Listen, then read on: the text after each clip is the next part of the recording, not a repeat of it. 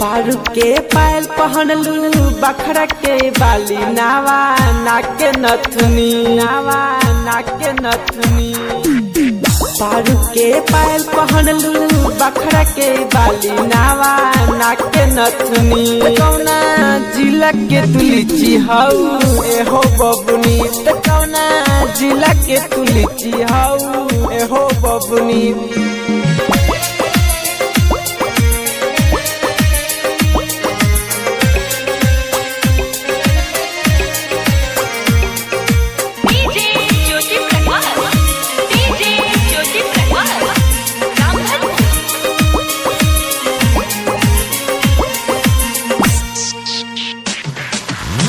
पारू के पानी जवानी पड़े झलके मठ मठिया के दुपट्टा हऊ छलके दुपट्टा हऊ छलके।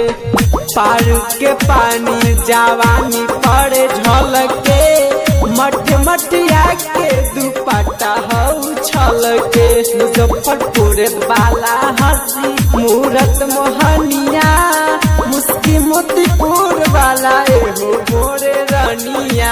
बसैठा के बिंदिया सतलू चकिया के चश्मा हऊ एहो सुगनी।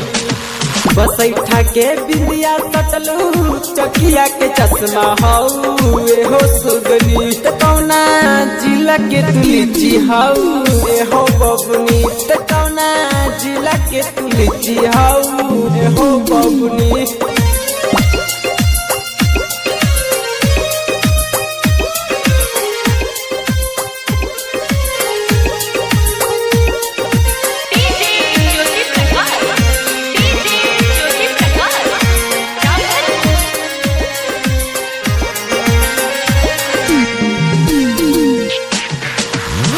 लगेला लालगंज लाल हो जाई गाल गोर गोर गदोपुर के गोराई गदोपुर के गोराई। लगेला लालगंज लाल हो जाई गाल गोर गोर गदोपुर के गोराई। सचहु के लागेलू टुकड़ा तू चांद के सादगी भरल बाटे छपरा सिवान के। चाल बा चैनपुर वाला चल मस्तानी जैसे ए सजनी। चाल बा चैनपुर वाला चल मस्तानी जैसे ए सजनी। कौना जिला के तुलिची हऊ एहो बबुनी, कौना जिला के तुलिची हऊ